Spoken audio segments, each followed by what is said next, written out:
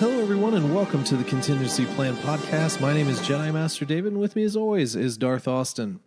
Hello, everyone. Well, everyone, better late than never. We are here to talk about Episode 3 of The Mandalorian, entitled The Sin, I believe. And, yeah, man, what were your initial non-spoiler thoughts of this episode? Oh, it's hard to get into anything that is a spoiler. I'll just say another great showcase of practical effects, some great battles and explosions, and a few funny moments, some bonding with little baby Yoda, and I gotta say, I kind of want to do a cosplay of the dusty, beaten down stormtrooper now. Oh, yeah, yeah. They are just probably one of my favorite stormtroopers, honestly. What they did with them, it's so subtle what they did, but it's just a great, I don't know, maybe it's just the grit of the entire world and they fit it so well, but yeah. Yeah, I call them the starving troopers. Yeah, it's funny. They do kind of look small, even though they're all, obviously the armor is the same for all of them. Right. But they do seem small if you compared it to the old movies and everything, you know? Yeah, they kind of do. So, yeah, no, I also enjoyed this episode a lot. I think we're getting a lot more, little things in here. Things are starting to speed up. A lot of things that I could see in here to chat about and make a little show nice and happy for weeks. Diving into certain, little Easter eggs and little points and everything. So, yeah, I really, really enjoyed it as well. Yeah, and I definitely think that this was the turning point for the season. This has definitely put us in the direction we're going to go. And I was kind of wondering where we're going at this point. We had talked about last week if, Mando was going to drop little baby Yoda off and move on to the next bounty, if we are going to run into other creatures, or if he was going to be a sidekick. And I think we have our answer now. Yeah, and we do. And for sure, I think that was something that multiple people were kind of thinking about, is he going to drop him off? Is he going to blast off and, his little sidekick? Is something else going to happen? Because, here's the thing. We have folks that were in the initial previews and everything, including Gina Carano, who have not shown up in this show yet. And this is episode 3. Yeah, so pretty far into it to not introduce the main characters and even the side cast. Yeah, which is why I think it was almost pivotal that they got to work on a season 2 already, right? Yeah, right. So, so what did you think initially on? I guess we're just gonna jump right into spoilers here. Yeah, we'll jump into spoilers, but just as a quick aside to all the listeners, recording schedule is a little bit sporadic right now. We will continue to do, our reviews of The Mandalorian. I do have something planned out for the Power Half Hour. And then I think, you had said that you had gotten Resistance Reborn done, so we're going to look at that as well. So just, keep locked onto the Twitter, just at TC Plan Podcast, or the Facebook page, and we will keep you apprised when new episodes are out. Obviously, if you have subscribed to us, you'll know because it'll just download for you. And if you haven't subscribed yet, but you're listening to us without being subscribed, I can't help you. I don't know what to do. I don't know what to tell you. Yeah. It's a button. You just hit it. Yeah, just get on YouTube and research how to do it. Maybe you'll find out how to do it. And well, unfortunately, you get won't on and watch all our episodes. Yeah, you won't find all of our episodes on YouTube because they only publish all the randomness that shows up on YouTube, at least. True. Yeah, they don't publish all of them now. They only publish one every 7 days, and we normally put out at least 2 a week. So it doesn't. I guess we're just doing too much. Apparently, from Podbean's standpoint. At least for YouTube and Podbean to keep up with. Yeah, true enough. We're too active. Too active. All right. Anyway, you want to get into spoilers now, huh? Yes, I do. So, do you want to jump chronologically into this, or do you want to say what your favorite scene was? Now, let's just go chronologically, and then we can kind of pick and piece out as we go. I think that'd make the most sense. Yeah, so we start off with Mando and his ship with little baby Yoda heading to drop him off. Mm-hmm. Yeah, he unscrews the little cap on one of his levers. His little manual shift knob lever. Just imagine it being like a, I don't know, fuzzy dice or something. Mm-hmm. Yeah, I thought it was funny when he just, sort of picks him up, just picks the puppet up and puts it back in his little crib. Yeah, you kind of imagine there being like the little sticks to articulate him just show up, like they accidentally forgot to disconnect them or something. Yeah, I never really looked into much about the puppeteering behind Yoda, like Frank Oz. Now, I know he had a hand in the puppet, and I think he also had some other little controls on his offhand, but I know he at least had a hand up in that puppet, so I wonder if they did it kind of the same way. Never really looked into that. Not much into puppeteering. I just think it's I don't cool know. It when could we see be it on completely screen. robotic nowadays. You never know. We might think it's practical and it's not even close to it. Well, who knows? Or maybe it's just the best CGI in the world. or the worst CGI in the world if you think about it. Yeah.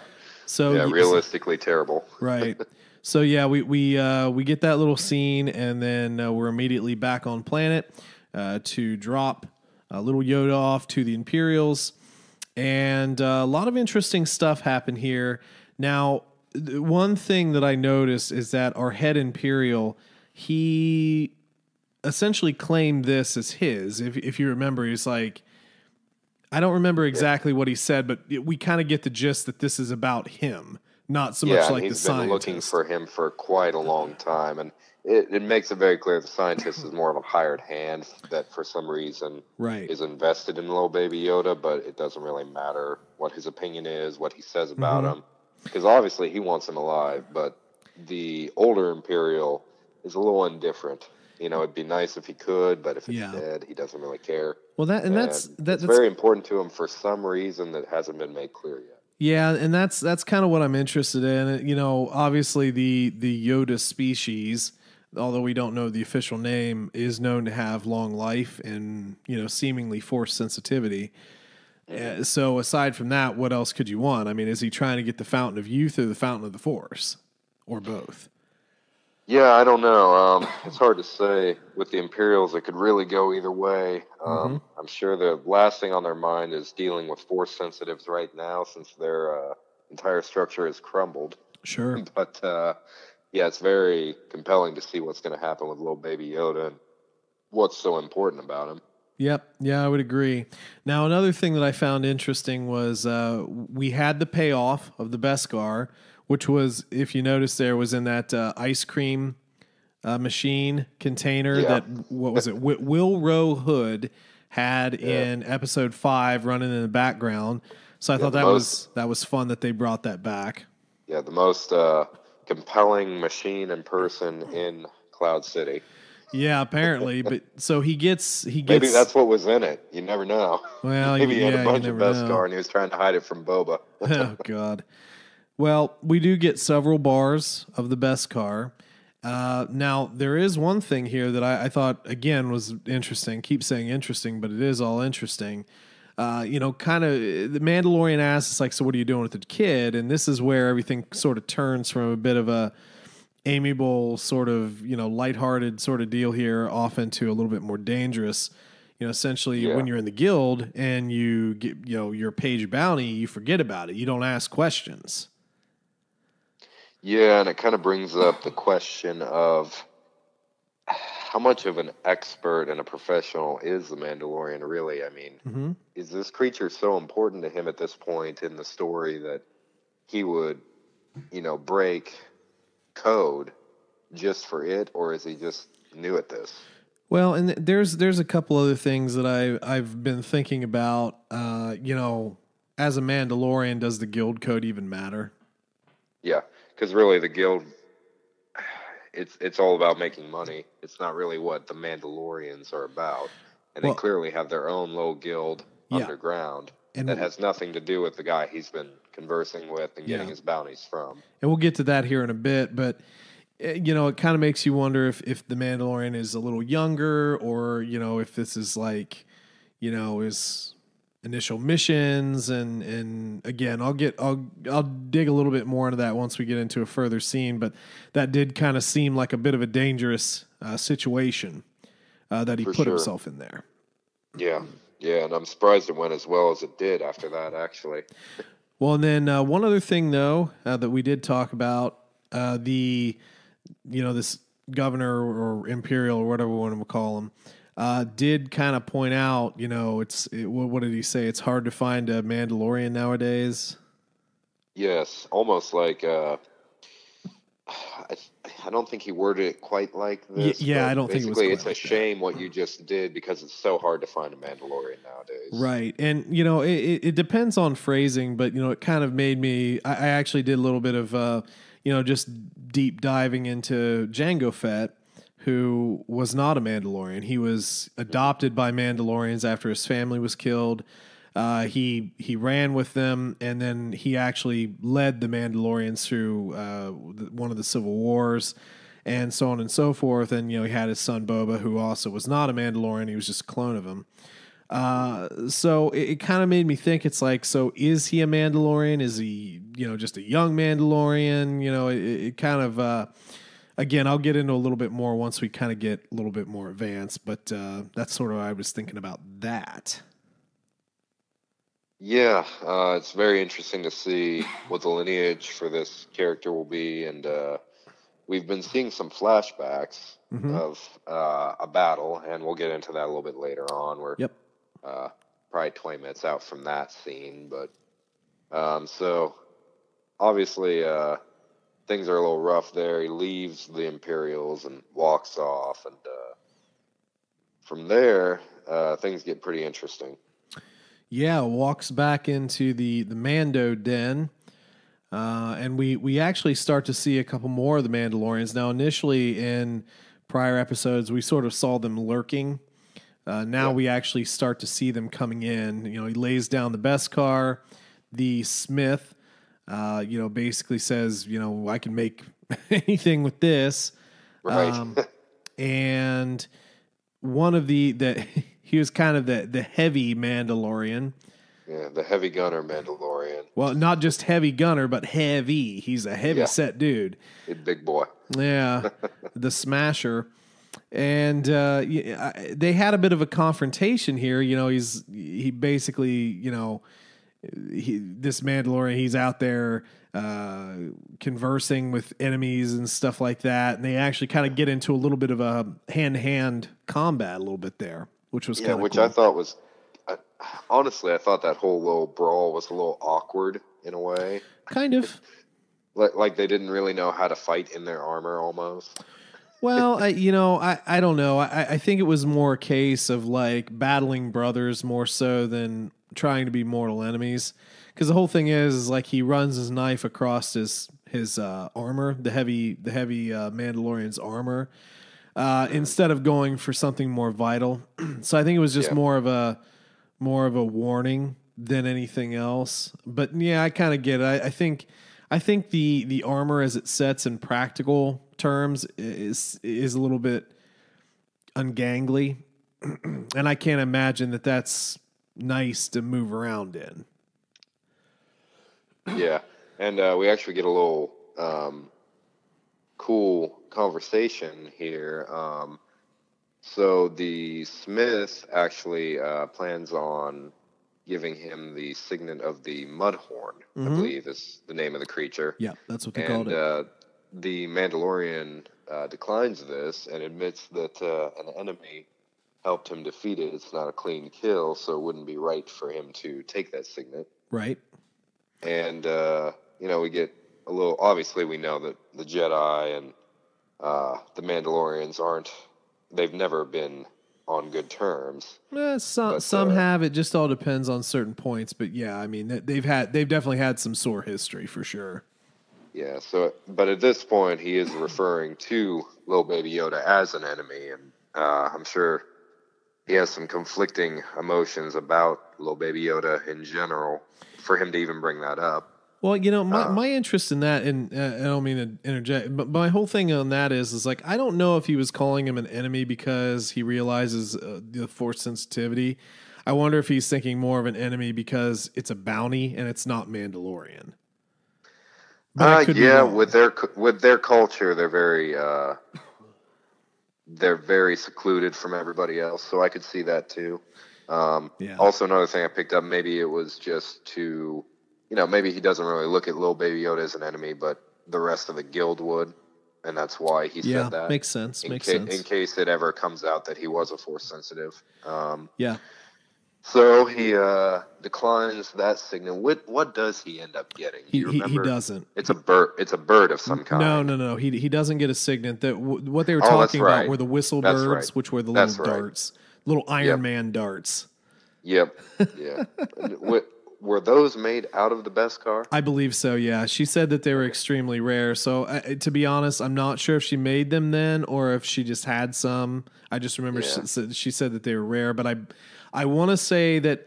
Because not all the Beskar was going into his armor, so he said, take some of this, and To the foundry. yeah, the foundry, and I think that she made them out of some of that Beskar. At least that's what I'm thinking. Yeah. Another thing we also kind of picked up on is apparently being the Smith is a very high rank in Mandalorian culture because it definitely seems like she is the leader of this guild, if not the leader, very well respected member. Well, I mean, if you think about it, in a culture that almost worships armor. Yeah, can't live without their armor and their weapons. The Smith would probably be one of the most important. Essentially like a prophet of some kind. Maybe. Now, one thing that I was interested in from this exchange is she asks, have you ever taken your helmet off? Or has anyone taken your helmet off for you? Yeah. Now, this interested me solely for the fact that Mandalorians have taken their helmets off. Yeah, obviously you've seen that with Jango as well, although being not necessarily a pure blood Mandalorian, it'd be more expected out of him. But if you look back in like Clone Wars and you're actually at the Mandalorian's planet, there were several that didn't have their helmets on. And even if we take this Mandalorian as a true Mandalorian, and then that little kid in the flashback was him, none of them were wearing helmets either. So very true. But that also brings up the question, was that even a Mandalorian settlement, or is he essentially rescued and adopted by the Mandalorians? Yeah, and again, that's something that we don't know now, but I kind of found that exchange weird because there is definitely like credence of where Mandalorians did not have helmets. Even in and again, a lot of this is legends. So, you reestablish your canon, I guess. But if you really look back, so Revan, for example, the Revan book, Revan took the helm of Mandalore and hid it and then, gave it, a while later. But, those Mandalorians weren't always wearing helmets or anything like that either. They still had armor, but I'm a little interested in this whole helmet thing. Like, so they're never supposed to take off their helmets. And what was the words? This is the way. Helmet that can open. So that how do they eat? How do they drink? How do they bathe? I don't know. There's a lot of questions that need to be asked for that, but it is cool that we're getting a little more lore establishment here. Yeah. The way they kind of converse about these kind of things, saying it is the way and all this, Yeah, and that's why I kind of wondered if it was more almost like a subset or like a cult or something, or like these were like break-offs who wanted to return to sort of an extreme way of being a Mandalorian as opposed to like, just living as normal folks, I guess. That could be. Also could be that they were special forces fighters for the Mandalorian army in some way. Essentially the Marines of the Mandalorians. So maybe they take it a little more seriously. I think we're a little out of that time frame, though. I mean, I know that there are potential Mandalorians aside from like. I mean, you got to think about like. So Jango led Mandalorians in their civil war, but that was like pre-Clone Wars, and then he joined Dooku, and of course he was killed in Episode 2. I don't know enough about Mandalore or Mandalorians in general to like make bold statements, but I kind of wonder how many are there, and I kind of look back and I kind of wonder how old these Mandalorians really are.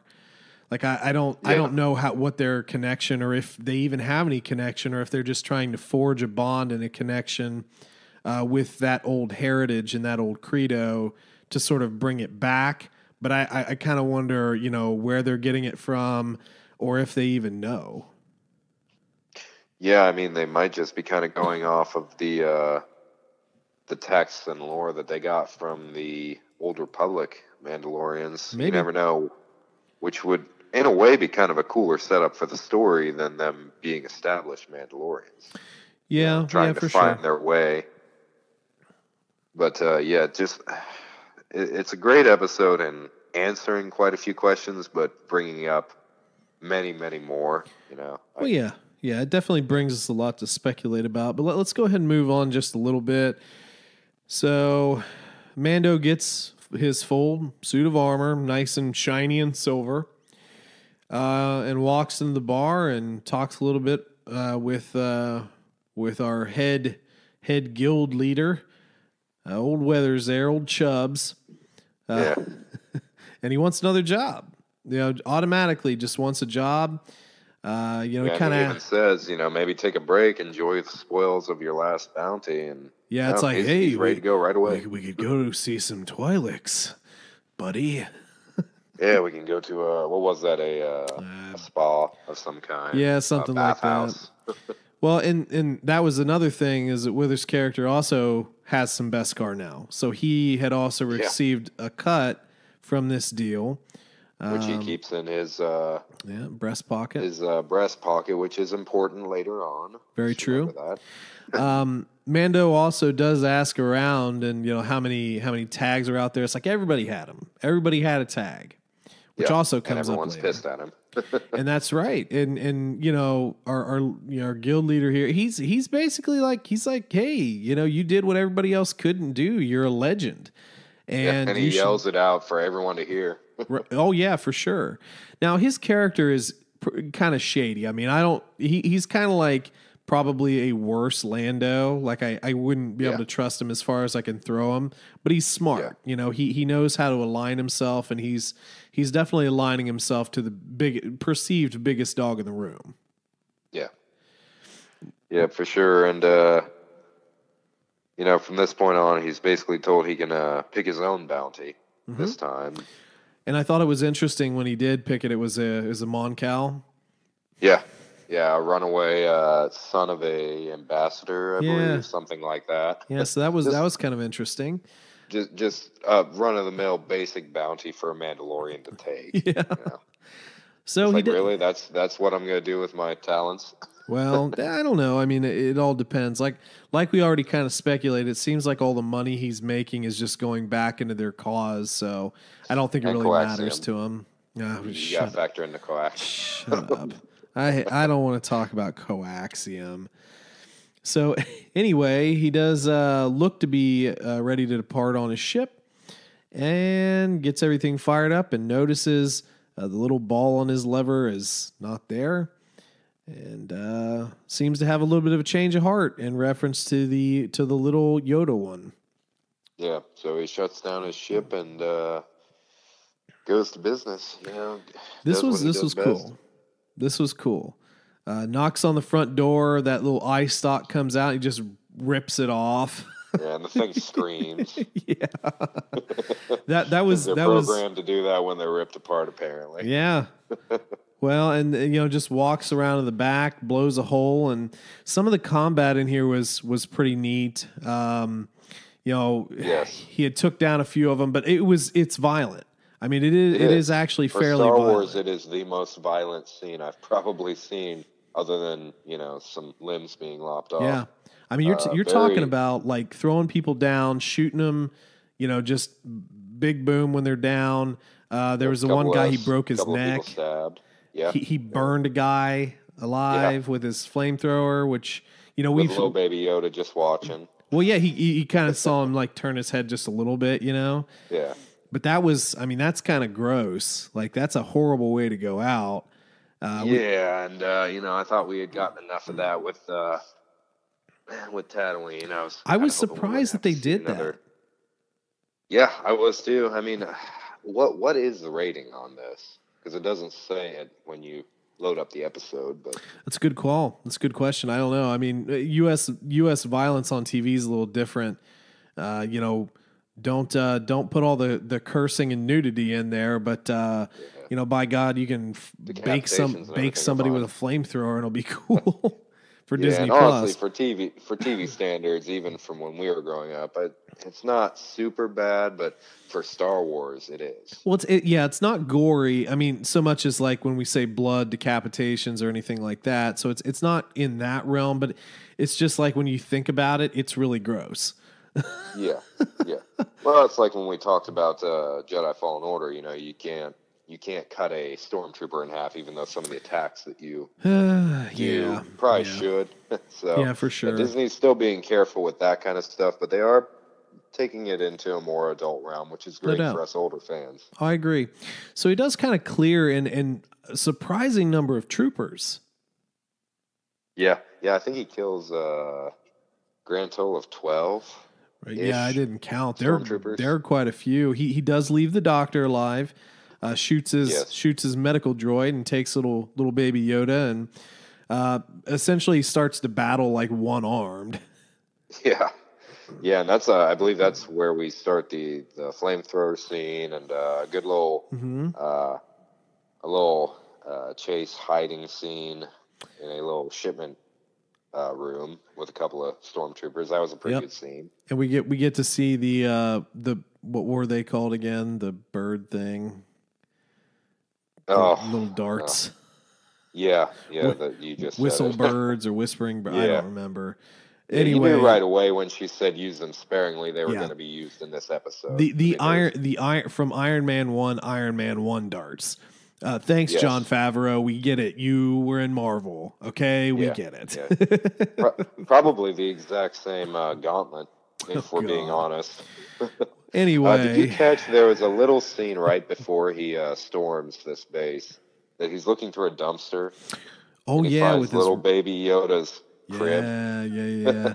I think that was the Kill Bill red screen moment for him when he saw that thrown away. He knew he had to good call. Everybody. Yeah, good call out. Now we also, and I forgot about this too, we also got more of the capability of his rifle because he was doing surveillance with it, and it seemed to be able to tune in a little bit of like a listening type of thing, whereas he's getting the visual through his helmet. So that was really cool because he was able to hear speech through walls. Yes, and also for combat perspective, apparently his buttstock is electrified. It has a little stun capability. Hit one stormtrooper in the chest with it. Oh, did he hit it with the stock? Yeah, that was the stock that he hit him with. Okay, well, good call. I thought he just hit it with the prong. That's what I thought too initially, but when you saw him swing it, it was definitely the stock that hit him. So I'll be darned. Cool little rifle. Yeah, no, it's super cool. I mean, I like his blaster too, honestly. I like pretty much all the weapons he's displayed to this point.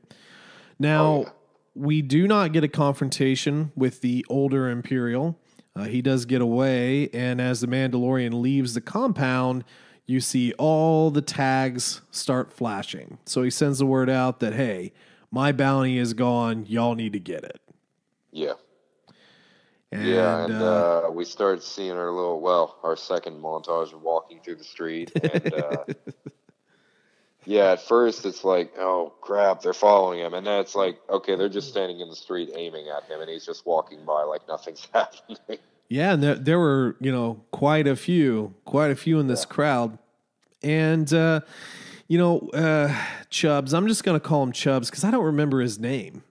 Do you remember his name? I don't know if they said his name. I'm sure I don't think the Mando ever said his name. I'm sure it's somewhere. But anyway, I'm going to call him Chubbs because that's what I remember him as from Happy Gilmore. So Chubbs is standing there and basically gives him a choice. Lay the kid on the speeder, and we'll kind of talk about this. The speeder.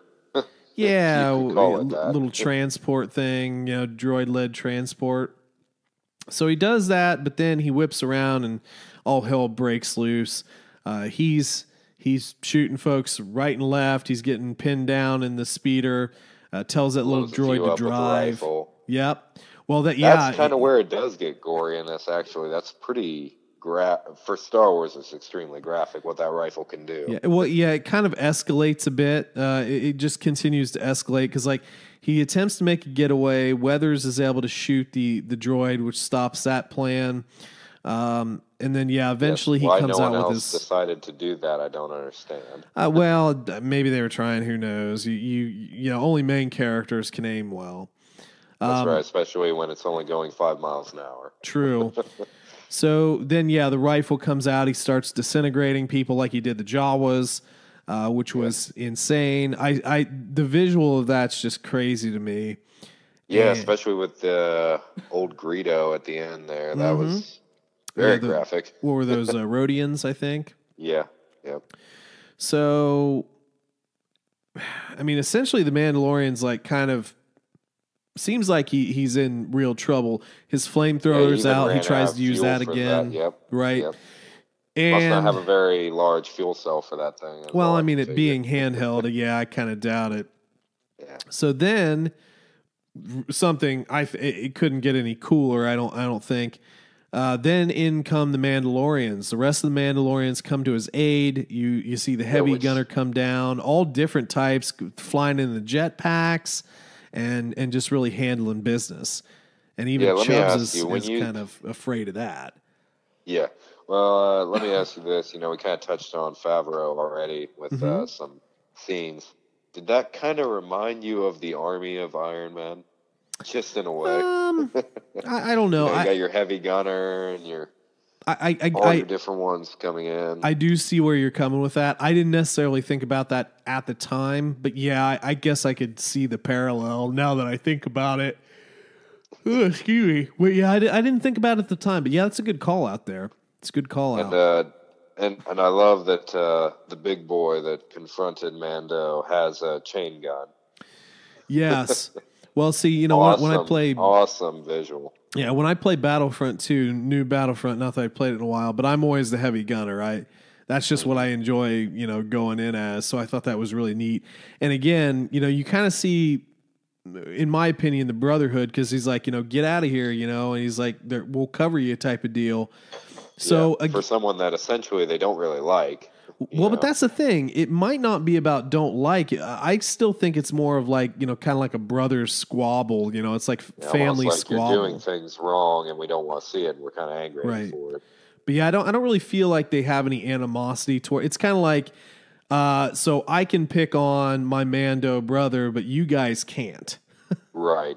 And he even says, the heavy gunner, right before he escapes, he says, "Go, it is the way." So. Right. Yep. Exactly. Which again is interesting when he says that. It's the way. What? This course that you're taking. So apparently they may have a higher moral code, and they're basically, we saw the whole thing. They were angry about, dealing with Imperials. So they're clearly angry about that.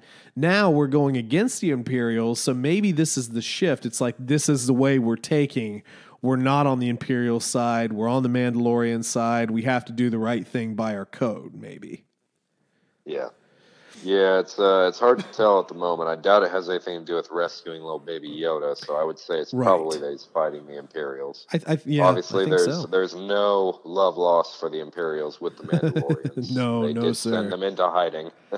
Yep. Yeah. And so anyway, Mando gets to his ship. They kind of blast off. One of the other Mandalorians kind of escorts him for a bit, jetpack, and kind of looks over. Makes a comment, I got to get one of those. Again, we had a lot of violence, but then again, you pop in a little humor, just like the old spaghetti westerns. And then he also, drops that little end cap down to little Yoda. Just his hand just sort of comes up. He's like, okay, here you go, buddy. Have fun. Don't swallow it.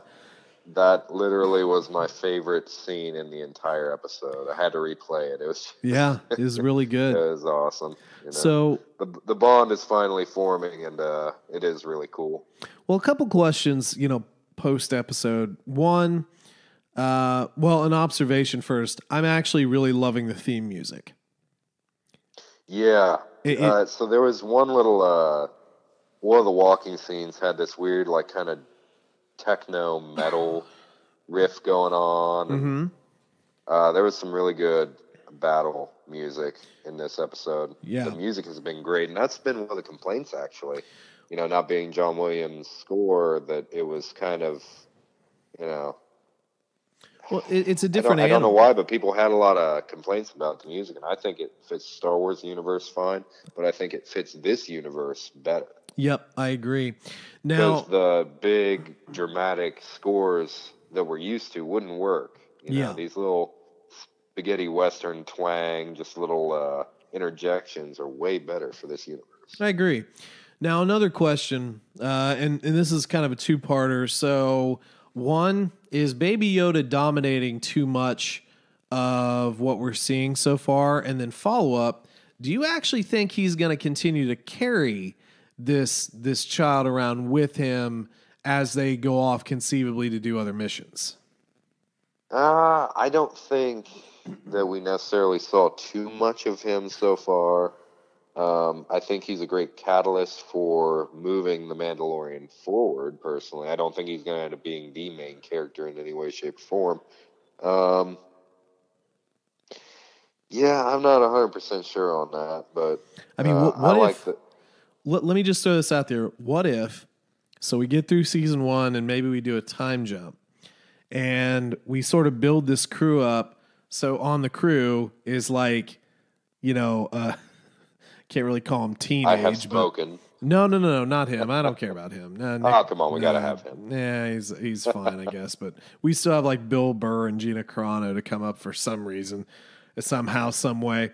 But no, I'm just talking about like he builds up a crew. They're doing bounties, and then you just have like little Yoda, little teenage Yoda helping out too, like on the crew. Yeah. I don't know if you've ever looked raised into... me, Father. I don't know if you've ever looked into the fan art of Yoda, but there's a ton of him younger, and he's got dreads and whatnot. Yeah, and I've seen that. Yeah, little bit taller, and I just, in a stupid way, I kind of hope we get to see that in this show with a big time jump. I think that'd be kind of cool. Yeah, I don't really know. I kind of think it's interesting. I just don't see, a warrior keeping a baby around. Like I kind of feel like, well, especially now that the crib's in the trash, it's gonna be kind of hard to carry him around. Yeah, that's true. Yeah, he didn't. I guess he could get an armor upgrade to hold little baby Yoda. Oh God, like a one of those dad carriers. Yeah, like the little reverse slings. Backpacks. Yeah, exactly. That'd be a great upgrade. Yeah, okay. Have little rocket launchers and little baby Yoda controls. Oh my God. No, now we're just getting too silly. So anyway, any final thoughts on the third episode of The Mandalorian? One thing we really didn't touch on much, the upgrades to the armor. I think the armor is stunning in this. They really did a lot of hard work on that. Mm-hmm. Definitely love just the setting, all of these different locations for this episode. Just beautiful, dingy, gritty locations. They're really setting this universe up the way I wanted to see happen.